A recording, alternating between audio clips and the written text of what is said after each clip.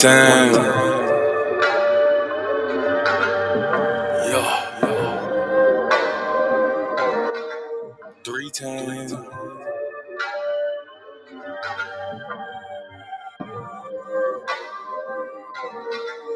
4 times.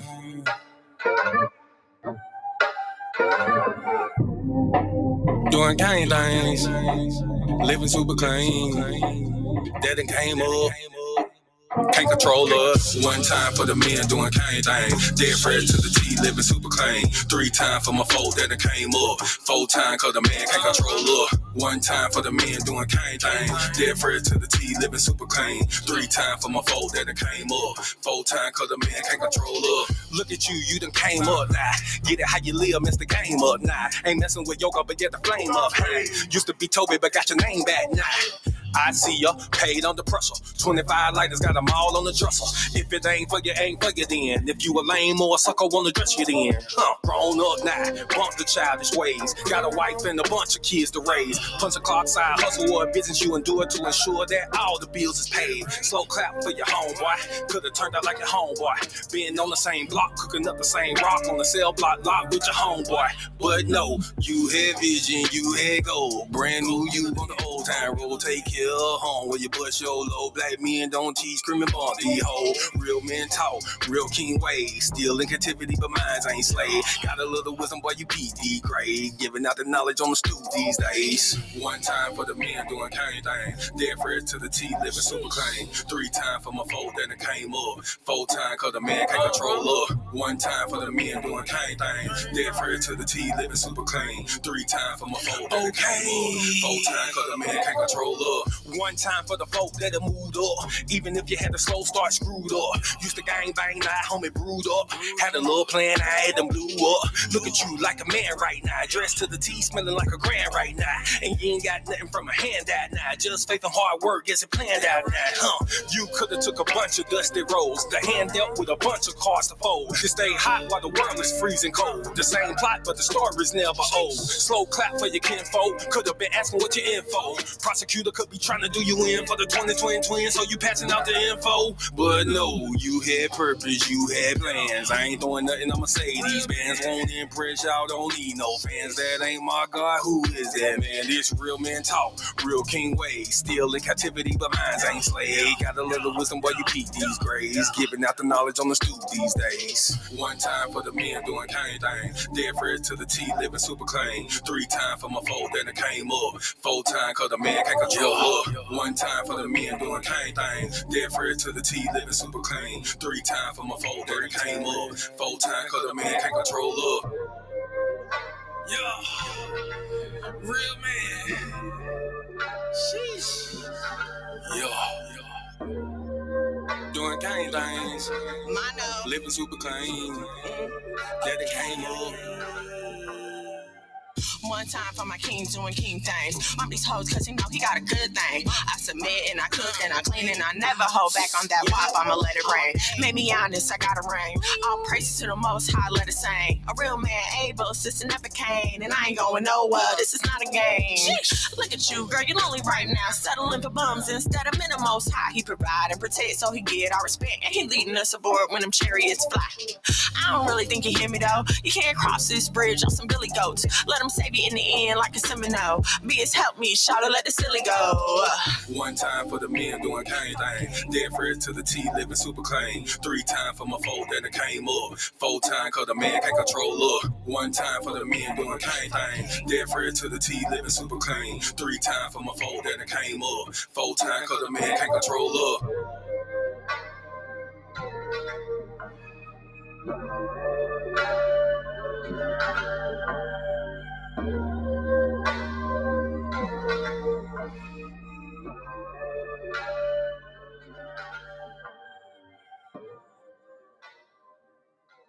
Shalom and shalom, sisters and cousins, and praise the Lord, saints. It's your favorite housewife, Miss Mono. Happy Thursday evening to you all. Yes, it's that time once again. Thank you so much for joining me here on this worldwide internet. You could be anywhere, but you are here with me, and I appreciate that. Give it up 1 time for my lovely husband over here. I know y'all can't see him, but he's here. Monologue McGad is in the building, you guys. First, let me introduce myself just in case you're new here and you're like, who is this lady? I go by Miss Mono's World in these content creator streets, TikTok, Facebook, Instagram, all the places the content creators be. Shout out to everybody that's joining me on TikTok Live. Okay, because it's back. It's back. TikTok Live is back. Let's see. If you're not on the YouTube, head over to the YouTube at Monologue McGad, MONOLOGMAGAD. Make sure you like, share, subscribe. Check out some past episodes. You can catch some music videos, a whole bunch of good stuff over there. So that's the YouTube at Monologue McGad, MONOLOGMAGAD. Also, shout out to my audience on the Saya TV. If you have not downloaded the Saya TV app, what are you doing? Download the Nasai TV app. It's on your Roku, your Fire Stick, your smart TVs. What else? I think that's all I had to go through at the first. Yeah. Okay. So we got a couple of things that we're going to discuss today. Let me find this. I meant to find it before I came down here. My bad, y'all. It's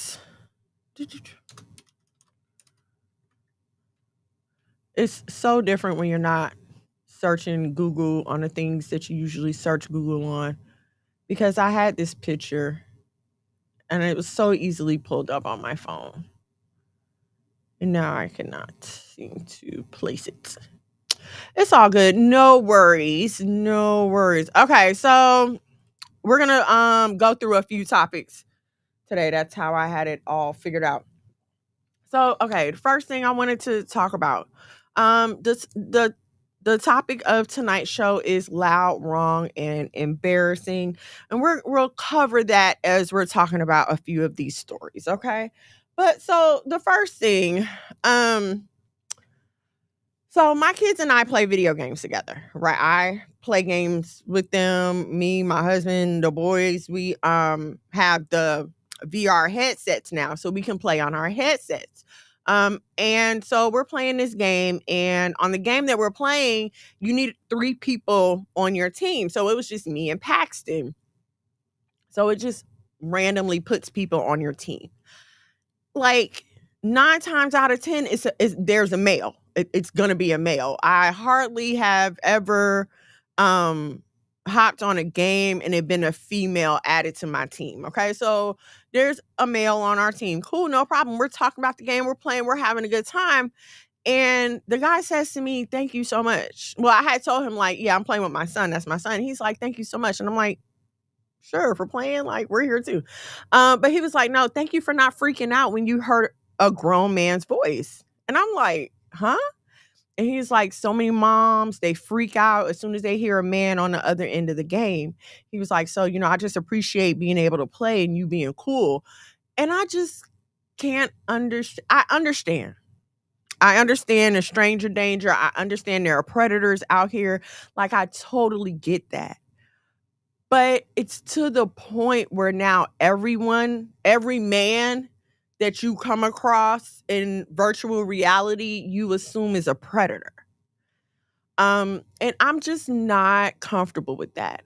I understand us all wanting to keep our children safe, okay? And there are ways that we safeguard for that. Like, my children aren't allowed to add any friends that they don't know.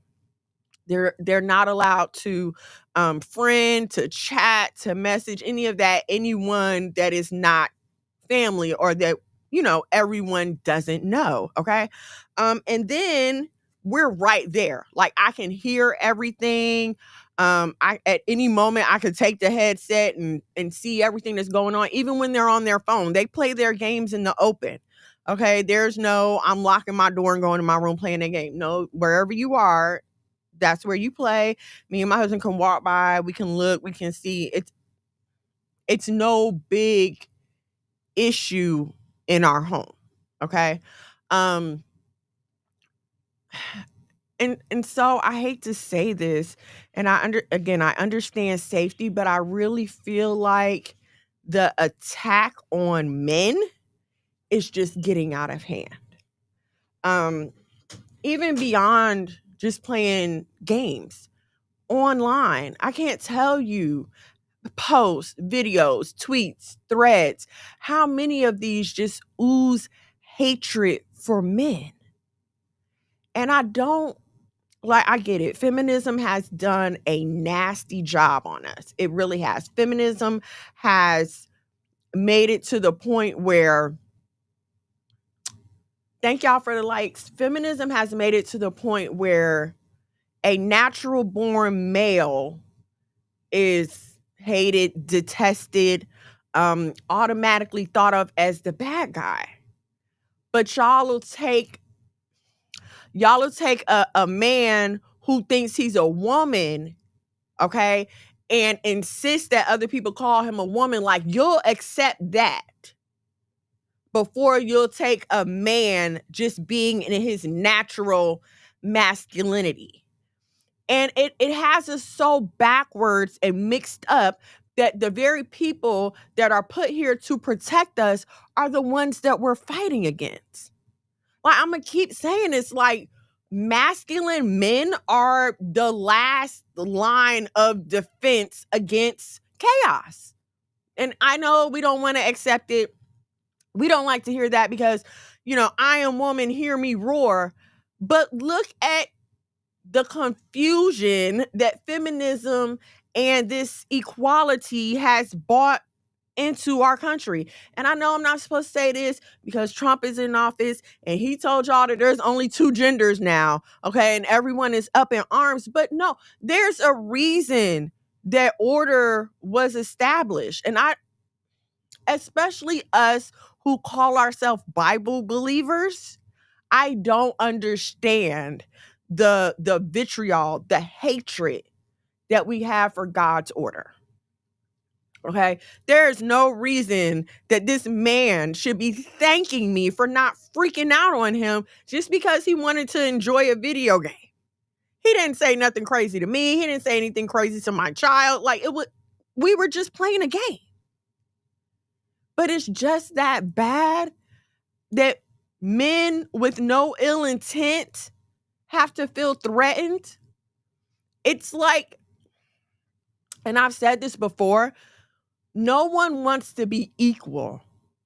They're all just fighting to be better than everyone else. So even when it comes to this old feminism and equality, look at the condition that it has us in. It has women not wanting to have children. It has women hating children.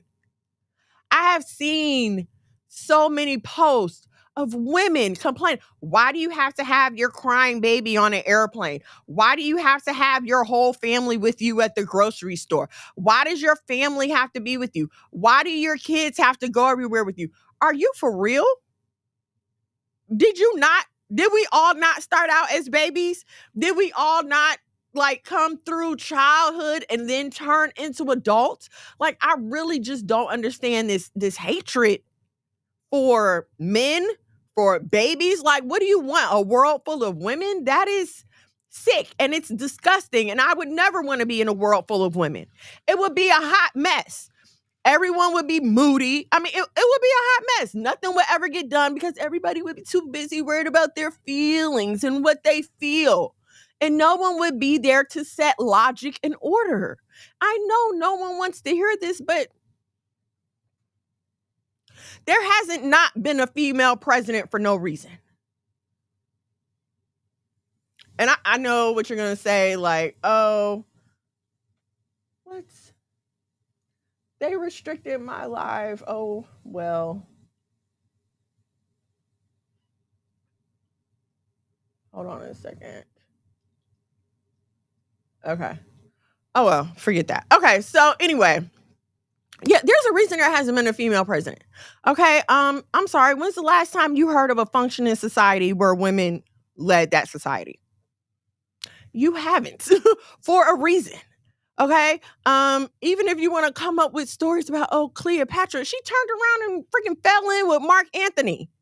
I mean, come on. There's a reason for order. There's a reason that the Most High established the order that He put us in. And no matter how much you kick and scream and fight and holler, the fact of the matter is a man in his rightful position, again, like I said, is the last line of defense against chaos. Okay, so I don't, I continuously pray for women in my generation and younger, because the anger, for no good reason either. There's not. If you ask, the level of cattiness would be, it would be horrible. We would never get anything done. No one could ever agree on anything. There would be exactly cattiness, pettiness, jealousy. We'd spend all our time arguing, trying to prove who's better, who's skinnier, or who has this and it would be horrible. I totally agree. Shalom and shalom. So I want you to please think about your views on men and think about how you are expressing some of your feelings, okay? And I'm not trying to discredit real life experiences, okay? I'm not saying that there's not abuse victims out here. I'm not saying that there are not predators out here, but in the name of that same equality, let's realize that a lot of women are the ones, what's the word I'm looking for, committing these acts. I know we don't like to hear that, but you take for granted the amount of women that are the ones actually committing the abuse, the amount of women that are the ones that are actually the predators. Because there's just as many female teachers having sex with the students as there are male teachers. I remember a time when you only used to hear about that with male teachers, and now these female teachers are out here having sex with their students like every day. Let's stop. And then here's the thing. We hate men, so we don't ever want to hear their stories. But there are plenty of men out there with stories of being abused, being molested by women. But we want to always choose the bear. Have you ever asked a man if he would choose the bear? Because I'm sure some of them would. And what gets me is a lot of the reasons for the anger and the vitriol is not coming from your own stories. This anger that you feel toward these men, it's not coming from your own stories. It's coming from some story that you done heard from somebody else, or your great grandma, or your grandma, or some perceived oppression. Because all those stories they want to tell you about, women couldn't even have a bank account until the 60s or 70s, whatever. That is a lie. Women were inheriting slaves and property long before the 60s and 70s. At least if you're going to have a reason to have some anger, let it be valid and let it be true to you. And then don't sit in that anger. Why wouldn't you want to work through it? A lot of y'all get these attitudes, and instead of humbling yourself and realizing like, yes, I need to work on me, there's something wrong with me, you'll just say, oh, forget men, I'm just going to go and get into women. I mean, I've heard it too many times. The explanation for what happened, you used to like men, but now you like women. Oh, I couldn't make it work. Oh, all men are like this. All men are like that. Have you dated all men? Have you even dated a what am I trying to say? Have you even dated a large enough have you even dated enough of the male population to get an accurate representative sample? Okay, it's like, if you, I'm just trying to think. Like, you just can't have 2 or 3 of something and want to say, oh, all of this is bad. Like, okay, when they do medical studies, right? They're supposed to gather enough people, and they're supposed to have enough differences to be representative. Why can't I get this word right? They're supposed to be able to accurately represent the population, right? So if I'm coming up with a new drug for like women in menopause, Okay, I'm going to take some black women. I'm going to take some white women, some women who are overweight, some women who are in good shape, maybe some women who suffer from high blood pressure, a couple women that suffer from diabetes. I'm going to have to get enough people to test this on to be able to say, yes, I believe this would be good for the population as a whole. But y'all don't give these men that chance. You run into one or two and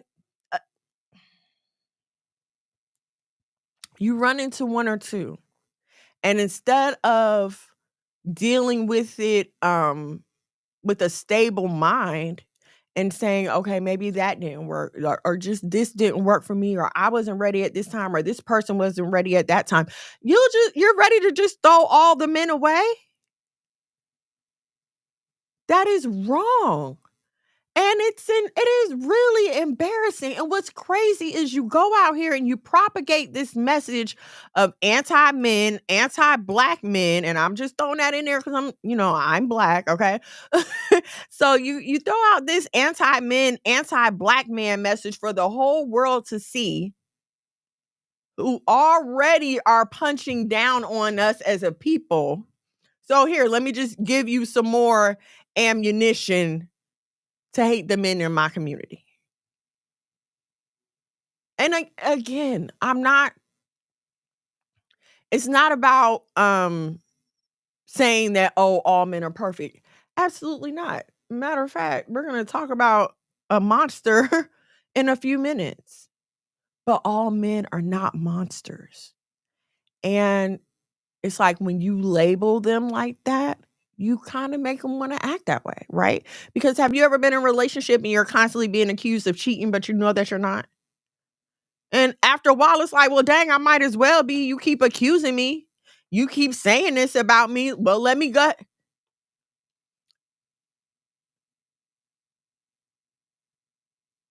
It is not your job to fix a broken man. I'm not saying that. It is your job to fix your broken self. That's what you need to worry about. You need to be worried about fixing yourself so that you can be around and or know how to work with a decent man when you find one. But if you're constantly in a state of anger with your guard up all the time, it's no one's responsibility to knock down a wall that you built. As if they aren't the reason for you building that wall. Now, by all means, if I lie to you and lie to you and lie to you and you stop trusting me, well, then that's my fault. And it's my responsibility to earn back your trust. But if 2 or 3 girlfriends ago and your ex did this and your ex did that, that's not my responsibility to take that on. Well, if he loved me, he would. No, but he loves himself. So he's not going to put himself through that stress. I don't understand why the opposite side of that is not also understood. Okay, again, this underlying current of feminism that is just tied into everything. It's to the point where it's like, oh, well, any man that gets with me, he's just here to serve me and his only interest should be me. Without you feeling the need to reciprocate, it's just wrong. It's backwards and it's very trivial. So listen, do your part. Of course, be cautious, be aware. If your kids are online, be all up in their business. But let's not just go around accusing men of doing things when they're just out trying to enjoy life like the rest of us, okay? That's all I'm saying about that. All right. I don't know how many of you all have heard about Nakia Harris. And this is a really serious one. I wish I didn't have to talk about it, but I do. For a few reasons. Okay. So Nakia Harris is a 13-year-old. She's a 13-year-old little girl from Detroit. And she is currently missing. I don't think they've officially presumed her to be dead, but she has been missing for a while. The background on her story is that she was living with her grandma and her aunt. Her aunt's baby daddy, who she had 5 kids with already, was already a known predator. Apparently, this man was already a registered sex offender. Okay? So he offends Nakaya multiple times. They were carrying on a full-on relationship. Okay. Mind you, this girl is 13 and this man is 41. All right. But they're carrying on a full-on relationship. Like, they uncovered the text messages where they were just saying obscene things for a 13-year-old to be saying to a man, but even more obscene. No. I said that wrong.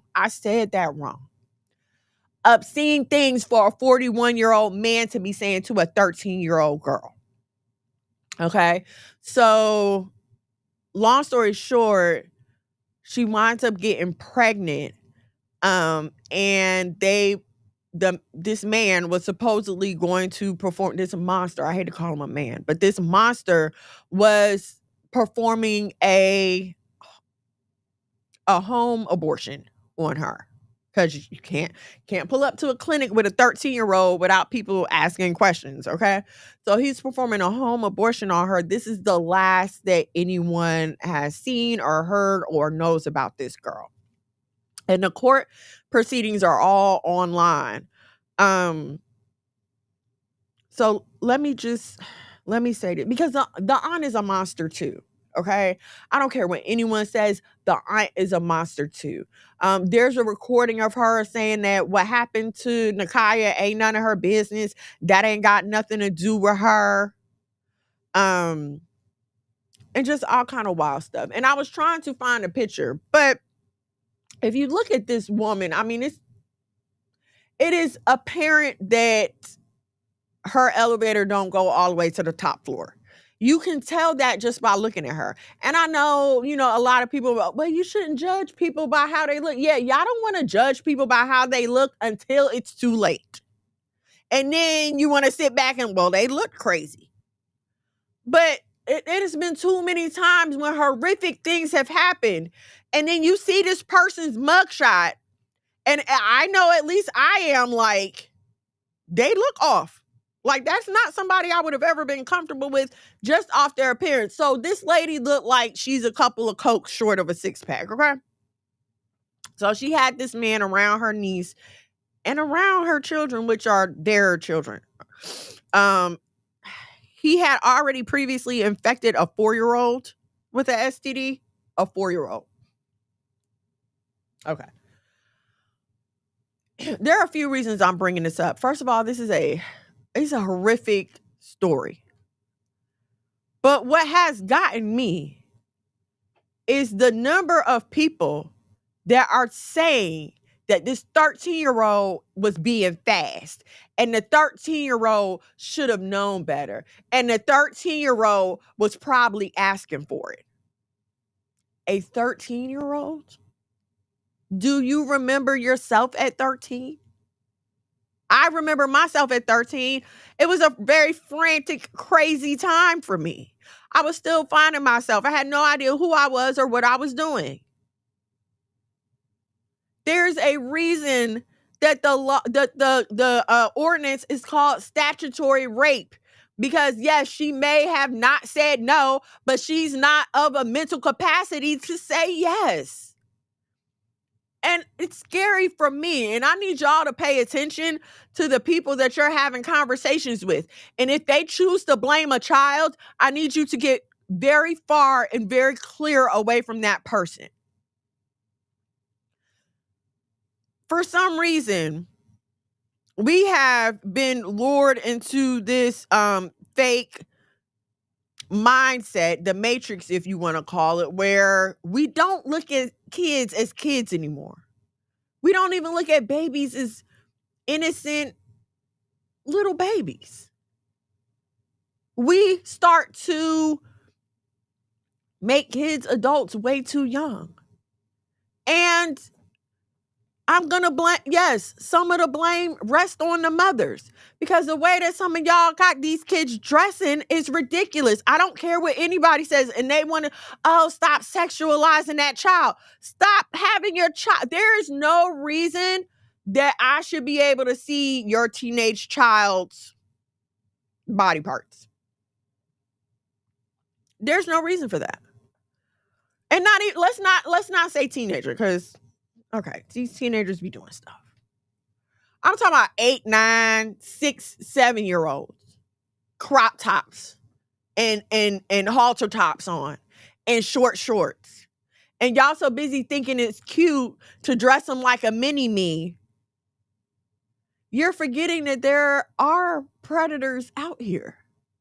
You're forgetting that. It's more important for, and I don't know why you're dressing them up like that. What is the point of dressing a little girl like a grown woman? What, not just any grown woman, a whore. What is the point of, I personally never understood two pieces for babies and little girls. I don't understand putting a little girl in a two-piece. For what? What are you teaching her? What signal are you sending to the world about her? It's bad enough that you don't think enough of yourself not to walk around with everything hanging out, but then you're going to put that same burden on a little girl and then get mad when somebody says something about it. But then here's the thing. You want to get mad if somebody says something to you about it. But then as soon as something happens, you want the community to come to your rescue, and you want us to come and protest, and you want to start a GoFundMe and everything else. No. The community told you how to prevent the very mess that you now find yourself in. And I for one I will cry. Bring back shame. Bring back shame. Bring back standards. Bring back expectations. Everybody, again, we always go to the worst of, well, the old people used to do this and the old people used to that. And, the way they used to talk about us and da-da-da this and da-da-da that. No, there was a standard for a reason. There were expectations for a reason. They kept us safe. There was a way of signifying, no, I'm not that kind of girl. There was a reason our mothers made us wear our skirts down to our knees and tuck our shirts in. I'm not that kind of girl. I'm a lady and you're going to respect me as such. And see, y'all want to have the respect of a lady without the responsibility of being one. Again, loud and wrong. And so embarrassing. You want to dress like a whore, but then get mad when somebody calls you one? You want to get mad when somebody treats you like one? Well, this is how you're presenting yourself. It's just like, okay, say you're leaving McDonald's and a man pulls up in a freaking Audi talking about he's poor. Can you help him with $1? You're going to look at him in his Audi and be like, man, ain't nothing wrong with you. Get out of my face. Because that's how he presented himself.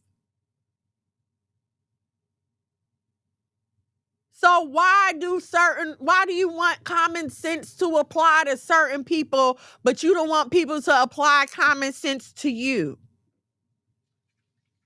How you present is how you are taken. So if you present like trash, you're going to be treated like trash. But then the problem with us is, instead of us realizing our wrongs and stopping the maleficent behavior, we'll pass that behavior on to our daughters and have them thinking that this is okay and can't nobody tell you. And it's not okay. It's not okay, because now you have a generation of women who are using themselves up before they even get to mature enough to understand what sex is for. You've convinced them that, oh, it's nothing but a good time. And your body is just some man's playground. Your body is a playground to the highest bidder. And so by the time they even begin to understand what sex is for, what is it supposed to mean, they're all washed up and got 5 and 6 different baby daddies, and no decent man wants anything to do with them. And do you see how we continue to perpetuate this cycle? Because now you got another angry black woman who's going to raise angry black children. These boys out here that feel like they got to dress like women, the saucy Santanas and all them, those are angry black children. Those are angry black boys who, instead of having a mature role model in their life to help them work through their issues, fell back on these women out here, these black women out here. And we like to call them so militant and so angry. Those are angry little black girls who never learned how to deal with their issues, who, instead of being able to break free of the cycle of all men are dogs, all men are this, all men are that, they just gave into it. And now, oh, well, all men are dogs, so I guess I'll just go and lay up with women. Or all men are dogs, so I'll never commit and I'll just be a rolling stone for the rest of my life.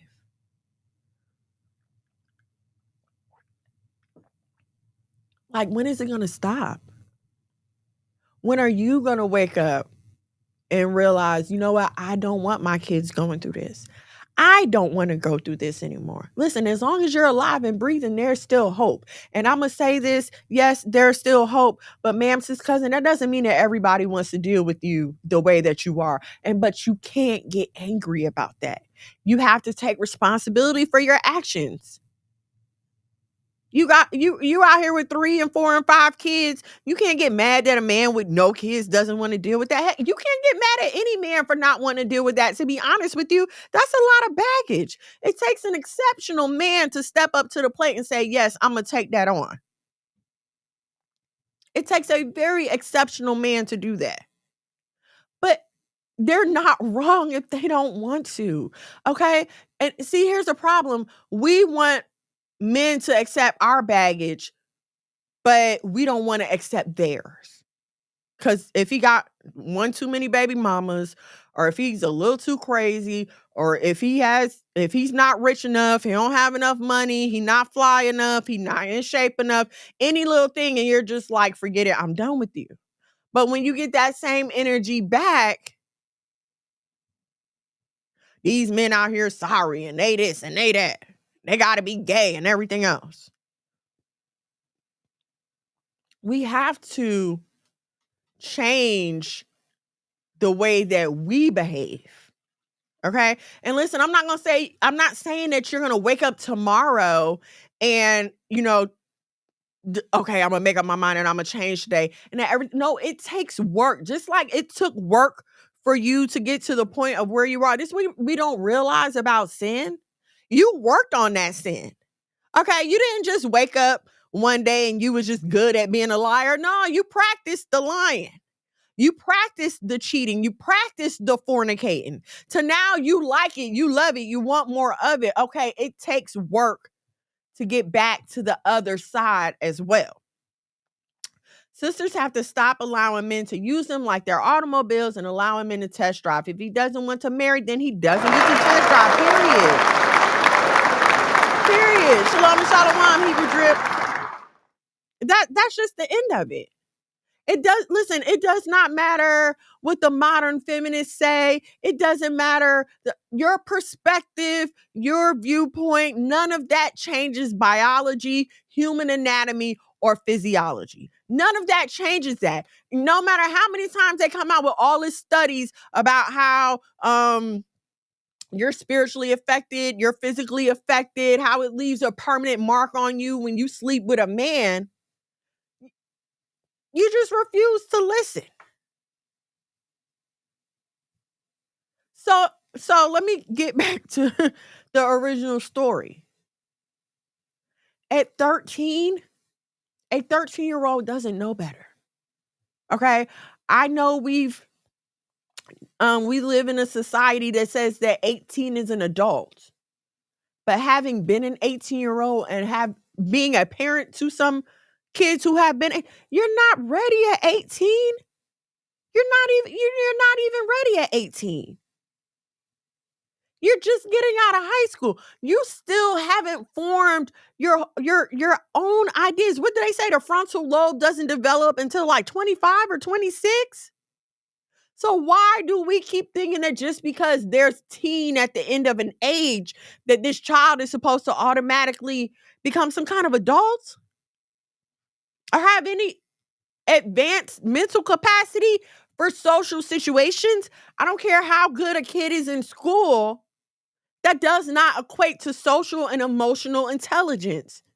There's a reason they're supposed to be protected. We've gotten so used to the way things are now. Single mama's at work, so there's latchkey kids, so the kids can stay home and cook their own food and take care of themselves until mom comes home. And we've gotten so comfortable with that, not realizing that that's not right.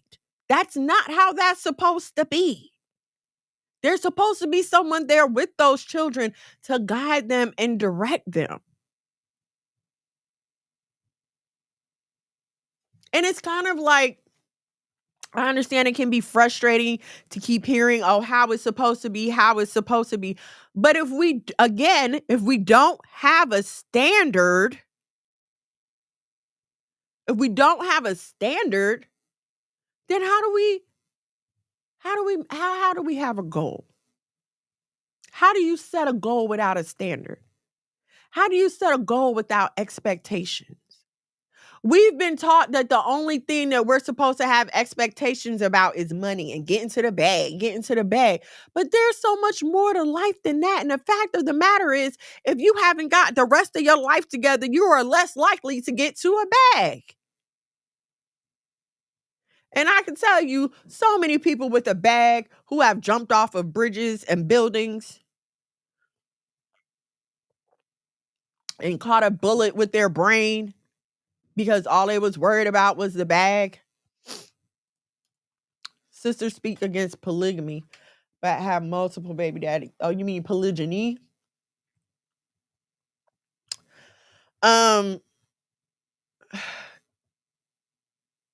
So okay, speaking of standards, let's go into my next topic. Like, share, subscribe, turn on your notifications so you know when we go live here at the House of Mono. Okay. So this Kiara Shearer situation has y'all up in arms, okay? She posted a picture with her husband, and her child. And the caption said, "Oh, the joys of being a wife and a mom. Everyone in my family has been in my goods." And yes, it's crude. Yes, it's vulgar. And here's what I want to say about that. In the light of, oh, she's a married woman, so it's okay for her to say that. Okay. I get that. But when you have made a statement, made a choice to live your life as a representative of the Most High, a representative of Bible believers, a representative of the Lord's church, you have to hold yourself to a higher standard.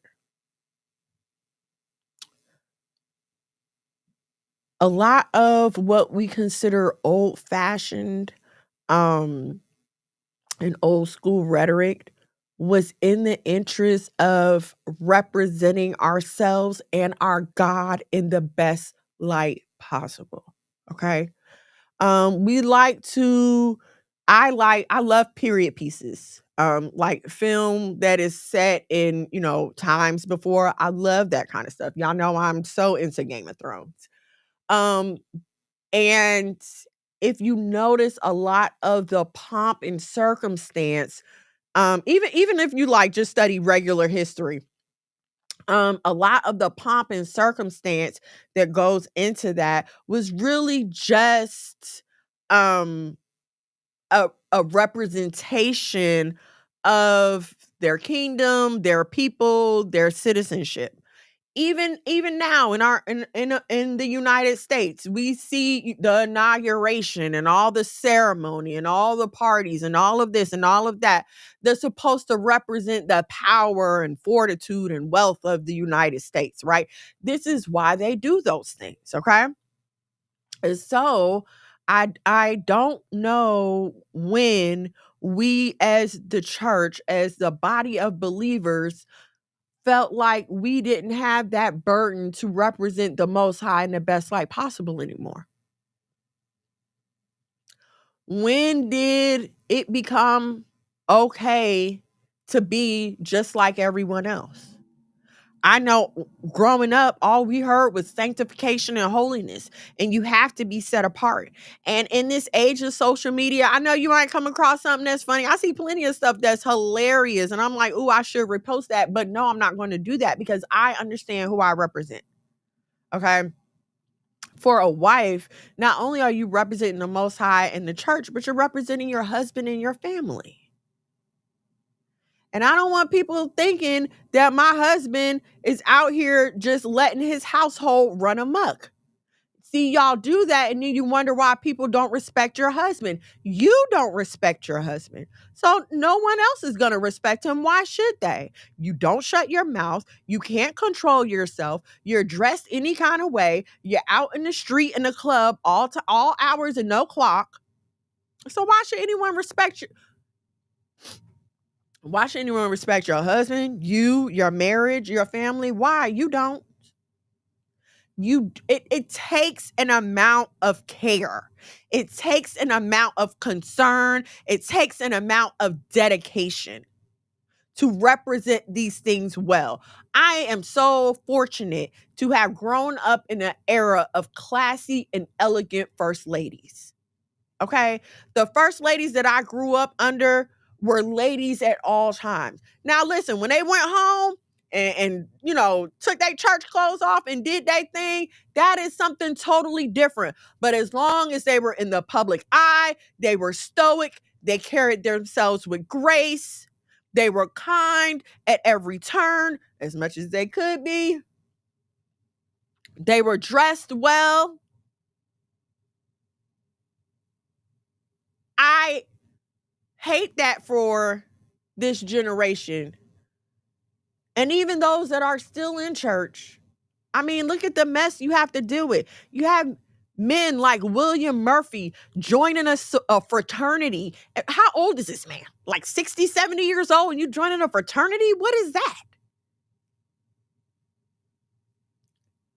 These pastors these days are so literally hell bent on being accepted by the world that there's no godly standard being upheld even in their wives. You don't see too many first ladies sitting in the front, sitting on the pulpit to be that image of godliness.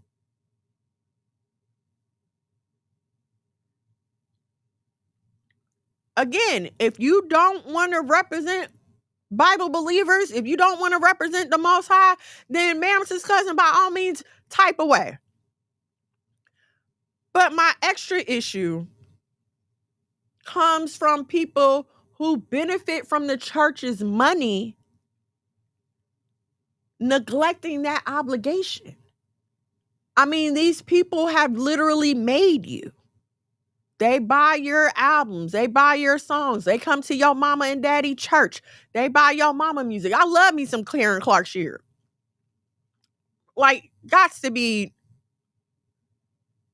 used to be. Because I ain't gonna lie to y'all, this music that she's making today is not the music that I grew up listening to her make, okay? And it's like, are you so anxious to be accepted by the world that you forget who you are? We say that we're a peculiar people and we love to talk about, oh, I'm one of God's favorites and I'm favor ain't fair. And okay, but where do you uphold that end? Where's your responsibility in that? Because once you come out here and call yourself a woman of God and you preach and proclaim, I'm a Christian, I'm a Bible believer, I believe in Jesus Christ, and look, I'm living holy, I'm married, and all this other stuff, that's not a mantle that you can just lay down. It's not. And it's not about it being fair. We don't have free will. She didn't choose to be born into the family she was born into, but she did choose to pursue a career in Christian music. She did choose to make her living in ministry. And even if you might be like, okay, well, I'm not ministry, nobody knows me. Are you claiming to be a Christian in front of your family and friends? Are you proclaiming that you have the answer to everyone's problems? If you're walking around telling people that Jesus is the answer and now you have Jesus, but you're still doing the same crap that we're doing, then why would I think that life with Jesus is any different than my regular, crappy, messed up life that I'm living now? People are hungry for change. They are thirsty for something different. And you come and you say, oh yeah, I got something for y'all. I got the living water right here. But when you go to pour it, it's the same tea that everybody else is spilling. We didn't come for that. I'm not saying that the world doesn't need to be reached.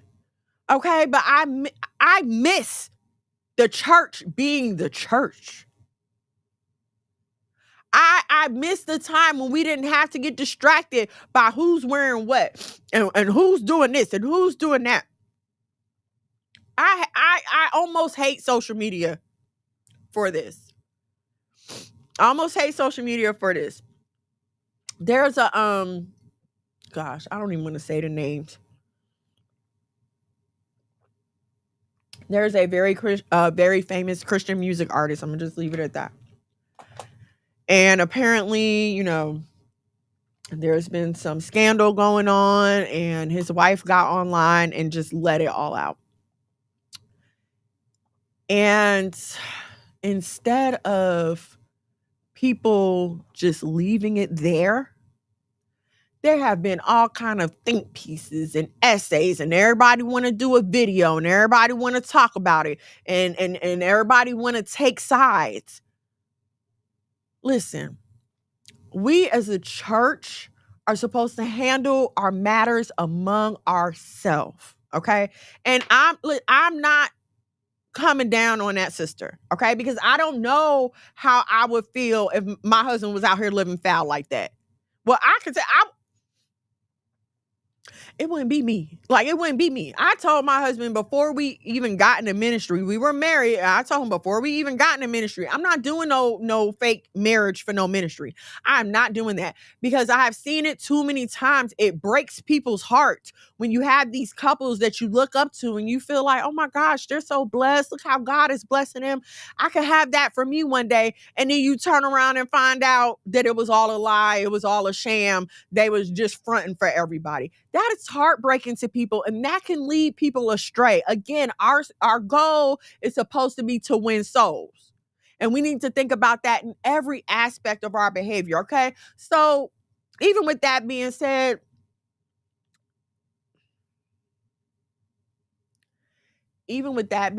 I can't say that I would have necessarily aired my husband out like that. Okay? But I'm not, here to point fingers or condemn. That woman was in an emotional state and she was going through a very hard time, right? What I am upset about, though, is everybody that's picked it up after and got so much to say, and that, yeah, I'm taking this side and I'm taking that side, and y'all need to think about this and y'all need to think about that. No, everybody needs to shut up about it. Everybody needs to shut up about it. That's their marriage and that is their business. If your sense of discernment has not led you to not listen to this person's music anymore because you feel something is off, then, and another reason I hate social media, I miss the days when you could separate an artist and their art from their personal life. Okay? Like, okay, before social media, you just had rappers. Okay, take the Wu-Tang Clan. I don't know why they just popped in my head, but it was the Wu-Tang Clan. You just knew it was Method Man, Raekwon, and Ghostface and all, and you just enjoyed their music. There was no place for you to go and judge them based on what they said in 140 characters or less. There was no place for you to go and judge them off a video recording that nobody knew they were. Like, there was no place for all this judgment. You just judged the art that they made and you decided if you liked their art. And I'm not condoning sin. Hear me. I'm not condoning mischief in the church. I'm not condoning mess. That is not what I'm saying at all. But again, we're supposed to be representing the Most High. We claim to be Bible believers, born again, blood bought, sanctified and set apart. But we act just like the world. The way that people have been reacting to this drama is no different than Tasha K and everybody else getting online and with their slander and their gossip and their opinions. We're no better than the world.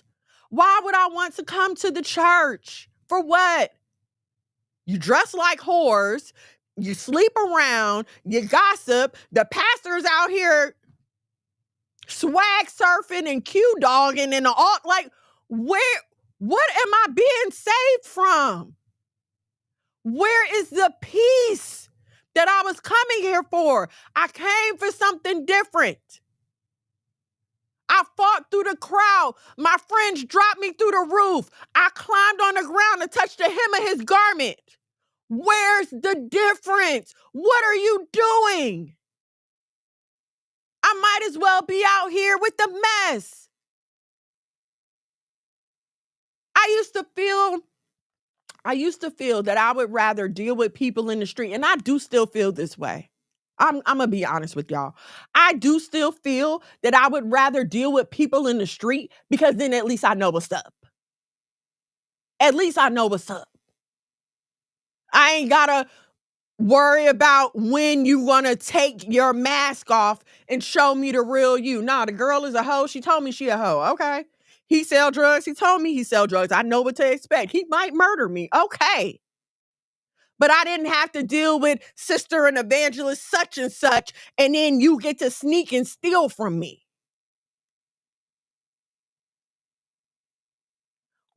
We got to stop resting on the fact that the world is so messed up to justify the sin that is going on in the church. And that's what people like to do. Well, I'm not doing this and I'm not doing that. If you have to point to somebody else's wrong to justify your behavior, baby, you already in a hot mess. Sister Rebecca, shalom and shalom. Thank you for joining me, sis. I've never understood that. Like, if I do something crazy, I don't know. I can't even think of anything. But if I do something crazy and my response is not, dang, yeah, that's messed up, I shouldn't have did that, then there's no hope for me. If my response to you was, well, look at what she did, there's no hope for me. I don't have a sorry bone in my body. And that's what I'm telling you about these people right now. It is sad that we have come to the point that you can't distinguish the world from the church. You want to be a woman of God Sunday through Wednesday, but as soon as Thursday, Friday, and Saturday come, you want to be out here twerking with everybody else. That's not, no. What are you doing? And whether you want to accept it or not, if the Most High has placed a calling on you, if God has placed a gift in you and you are responsible for reaching souls, you carry that responsibility with you all the time.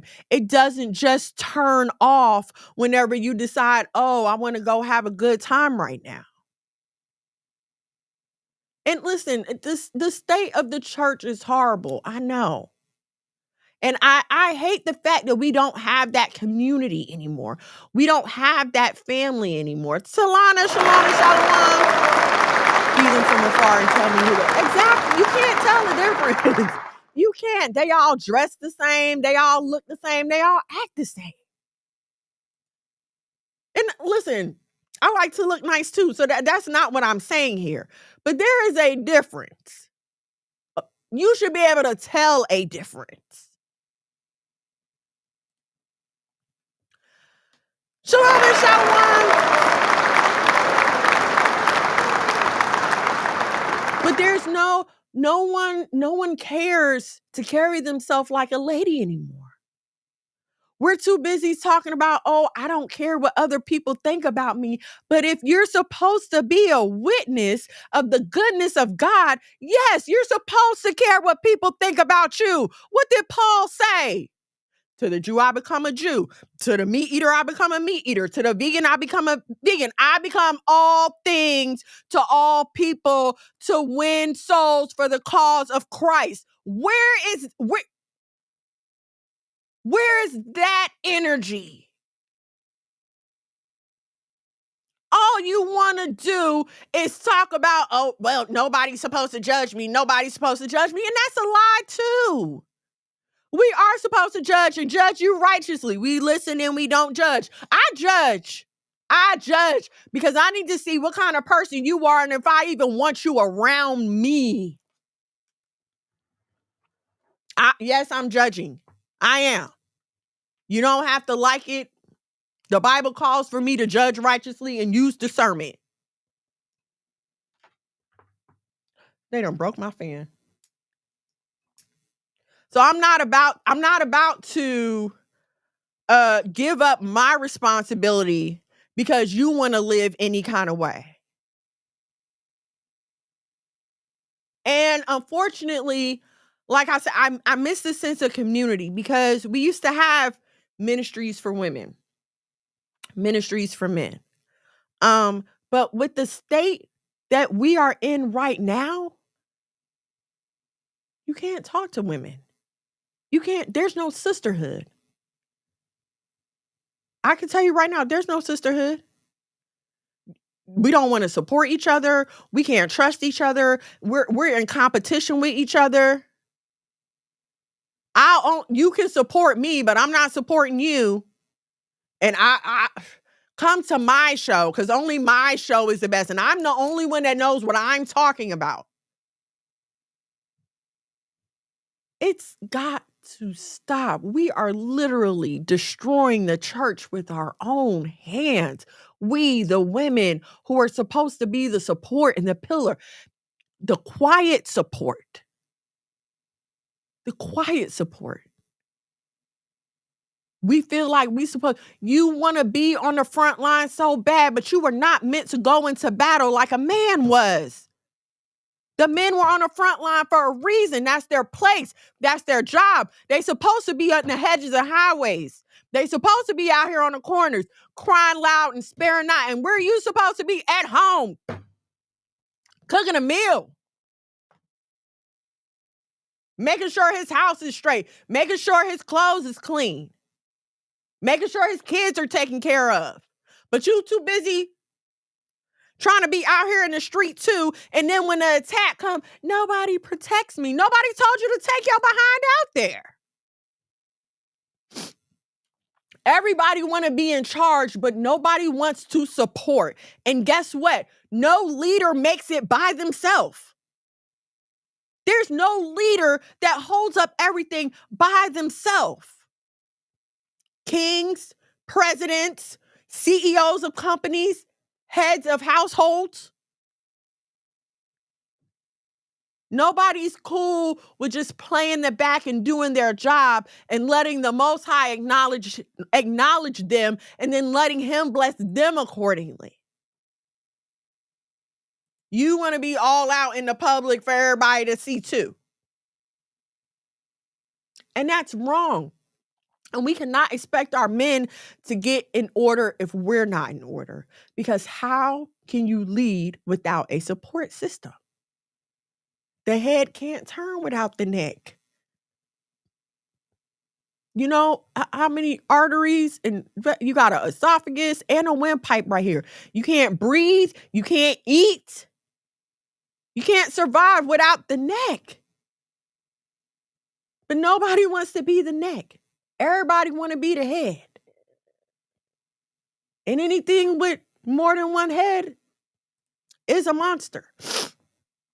Off topic, but can you share your beginning of the truth? Maybe that's the sisters class we have. Sure, I would love to. Like, share, subscribe, turn on your notifications so you know when we go live here at the house. So me coming into the truth, it was actually a long process. I grew up in church. I grew up in church and I moved to New Jersey. When I moved to New Jersey, I started going to school. And I was already questioning things, right? I had some questions about church growing up, but when you're growing up in Black church like I did, you were always told, well, that's just the way it is. We don't question God. We don't question the pastor. You know, this is what they said and that's it. Okay. So as an adult, I wanted to explore religion. I'm like, well, something's not right. Something's missing here. Okay. So I took the time, I took the classes, I did the learning. And that led me talking to people of different faiths and different beliefs. Some were atheists, some were Muslim, some were Hindu, some were 5%ers, you know, just different belief. And one thing I had to say about all of them was they knew their faith inside and out. They knew what they believed and what they didn't believe. And the fact of the matter is, they knew the Bible better than me, someone who had been in church all of my life. And I didn't have answers for their questions about, well, why do you celebrate Easter when that's clearly pagan? Why do you celebrate Christmas when, it has pagan origins? Why do you do this? Why do you do that? And I had nothing to say. I couldn't answer their questions. So, I just started looking and wondering, and things started coming up. It was a lot of YouTube. It was a lot of YouTube because I used to sit at my old job and I would be listening to YouTube in the background while I was working. And so I started stumbling upon things. And the very first time I heard that I was an Israelite, it was from Pastor Stephen Darby. He's no longer with us, but you can look his stuff up on YouTube. I want to say he's from like Kentucky or somewhere like that, somewhere in the Midwest. But that was the first time I heard anyone tell me that I was an Israelite. Okay. And that Deuteronomy was about me. So I remember I came home and I was talking to my parents and I was like, I think we're supposed to still be keeping the law. Like, I don't think we're supposed to be eating pork. I don't think we're supposed to be, I was just, the Bible, this is what the Bible says. And they told me that, and this is the line, they told me that I was making the death of Christ of no effect by burdening myself with the law. So what do you do at that time, right? Like, everybody around you is telling you that you're wrong. So I just kept my little thoughts to myself, but I would still go to church with them, because I didn't have anything else. So fast forward, me and my husband reconnect because we grew up in church together. So we reconnect, we start dating or whatever. And I started like sharing some other theories that I had come across. And he was like, girl, you must be crazy. Like, he was just looking at me like, but, things would happen. Like, I went to a doctor, to a naturopath, right? And he gave us this DVD about the meat industry and about the dangers of the meat industry. And so that kind of served as an eye opener, I want to say, for him too. And I think it just led to other things. And one day he was getting into arguments with our brother, his brother-in-law, but we call him our brother. They were getting into arguments about the Bible all the time. And one day he came to me and he said something to me. And when he said it, I was like, wait a minute. And I don't want to tell y'all because it's still kind of controversial to a lot of people. But he came and he said it to me, and I went and I read the Bible, and I was like, it does say that. Wait a minute, the Bible does say that. And so from then on, him and I began walking in the truth. And I want to say it was about like 5 or 6 years ago. But that's how we came into the truth. And I'm very thankful that we came in together because it can get tense when you have different understandings of the Bible. But one thing I'm thankful for, we already had that basic foundation. Like, we never had to discuss the order in our household. We grew up in the same church. So I had already understood the man is the head of the household, and the woman is the head of the man. You know, Christ is the head of the man. God is the head of Christ. We already knew that. We already established that. So it wasn't very much of a cultural lifestyle change for us. Just, we started keeping our Shabbat. We stopped celebrating pagan days. We started following the Levitical diet, so it wasn't that drastic of a change for us. I'm very, very thankful for that. Okay, hold on, let me get to y'all. And I mean, I love talking about it. So, if y'all want to start a class, I'm cool with that. Do we, 1 Corinthians 6:2, do ye not know that the saints will judge the world? And if the world shall be judged by you, are you unworthy to judge the smallest matter? But again, we're so scared of not fitting in that we don't want to tell people when they're wrong. And that's crazy to me, because if I'm crossing the street and you see a car coming, how crazy are you not to tell me that the car is coming?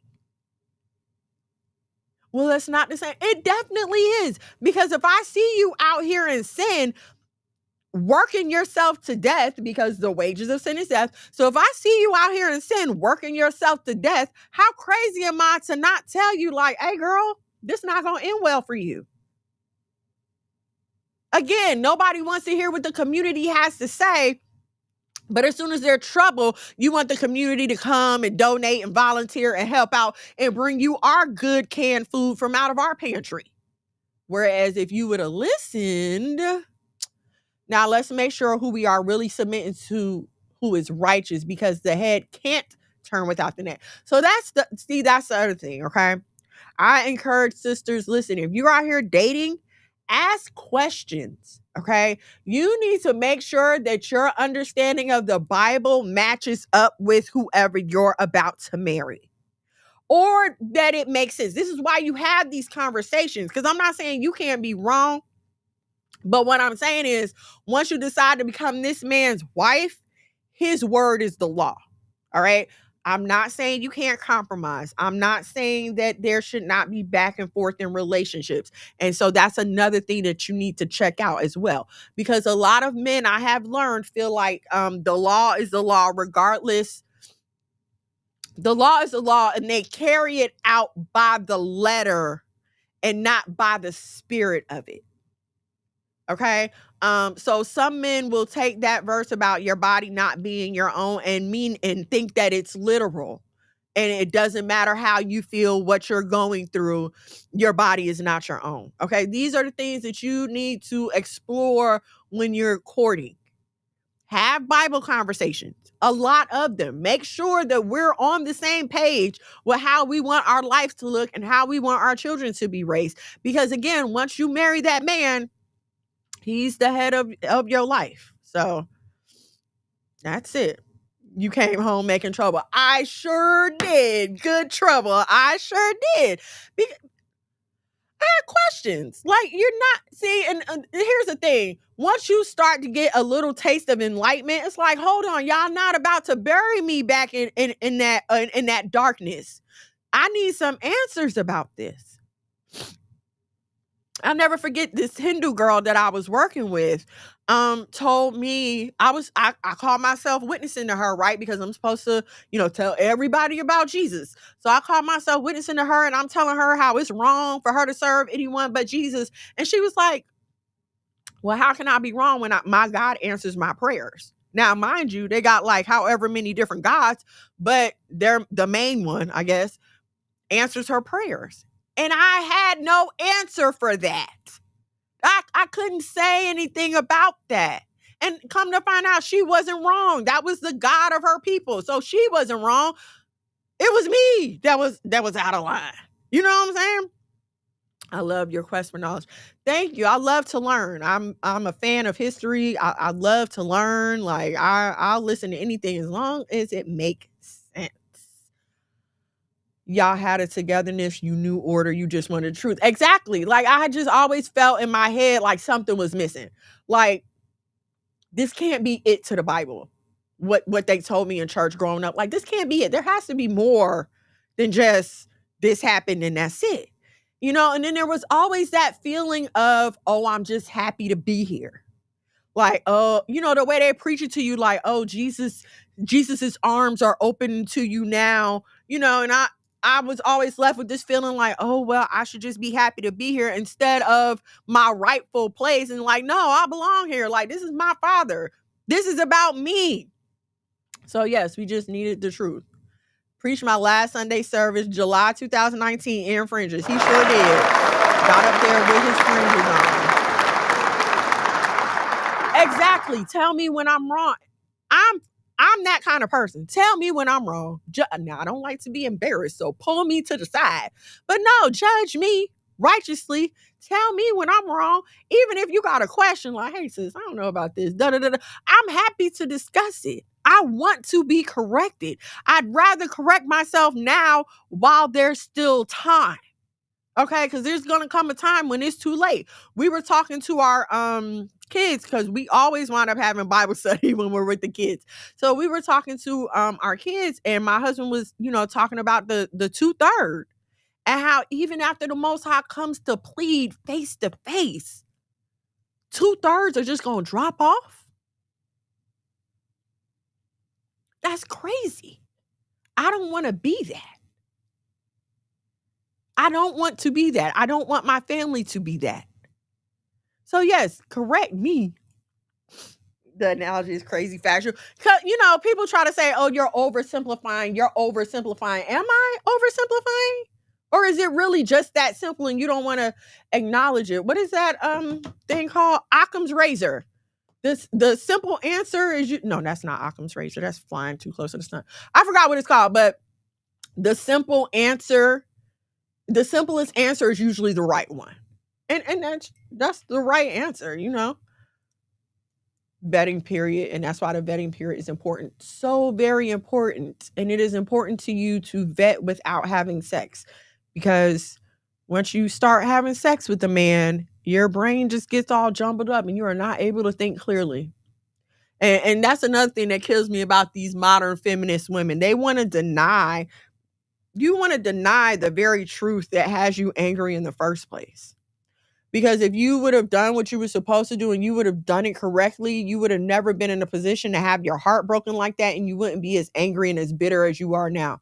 And so instead of passing on the truth to the next generation, you'll allow them to continue to wallow in the mess. I don't get that. I don't understand that. And that makes me sad for the women that are coming up behind us, the girls and the ladies that are coming up behind us. We as women in the body of believers often like to punch down on women in the world. Why they can't get themselves together? Why are they acting like that? Why are they this? Look at her. She's such a shame. And first of all, we all used to be them women. I'm not up here to act like I've had it together all my life. If you've been listening to me any amount of time, you will know that I have not had it together all my life. So I'm not up here to act like that. And I'm not up here to act like I'm so far removed from sin and shame and, oh, I just can't fathom a time. No, I can fathom it. I remember it very well. And I also know that I don't want anyone else going through that. So every time I get a chance, I'm going to talk about it. Every person who wants to listen, I'm going to tell them about it. Period. Paxton and Atticus, ladies and gentlemen. You made my chair fall down. Did you eat? Boy, you heavy. Bless you. Thank you. Everybody, Atticus is, how old is Atticus? 7.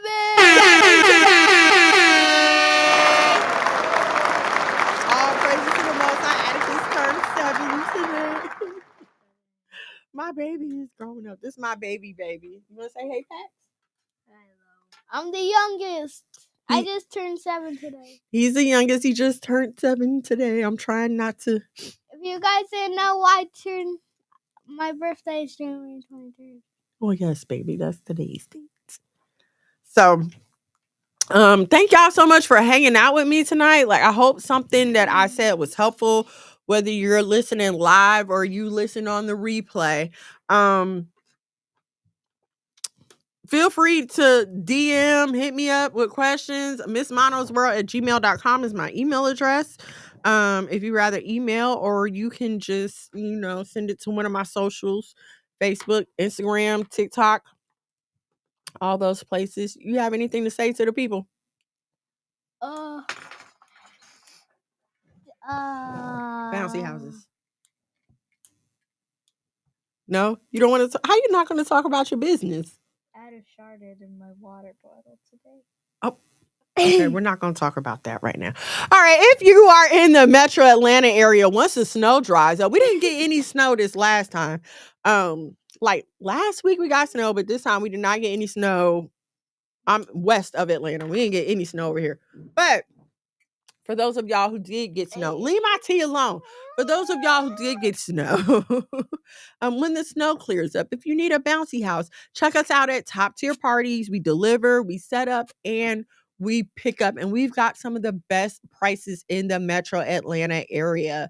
Also, the Print Doctors for all of your custom screen printing apparel needs for your church, your business, your organization. You can hit us up, the Print Doctors, the Print DRS at gmail.com. Don't forget about Monos, Westside Bullies. You can check on the babies. Matter of fact, I think we got to do a pregnancy test here soon. We got to take somebody to see if they're pregnant. So we may have some new puppies on the ground. That's Solo. Okay, yeah, that's Solo. Okay, anything else you want to say to the people while you're over here trying to steal my tea? Thank you guys. Wait, if anyone Sound 7 didn't say happy birthday in the comments. No, you don't have to tell. No, you don't tell people to tell you happy birthday. You just thank the Most High for another year and you enjoy your day. Okay, that's it. We don't tell people to tell us happy birthday. Okay, sorry. All right, Paxton, you got anything? Boy, stop. Please, I just need sips. No, you've been up there all this time. You didn't get nothing to drink when you was up there all this time? No. Why not? He did get something. I know he did. Yes, please. No. How come you get some? That's all he want to do is come out here and drink my tea. Go. I don't understand. Go. Okay, that's enough. That is enough. It took like 50,000 gold. This boy right here. All right, here's what I want to say. What? Here, get the mic. Get the mic.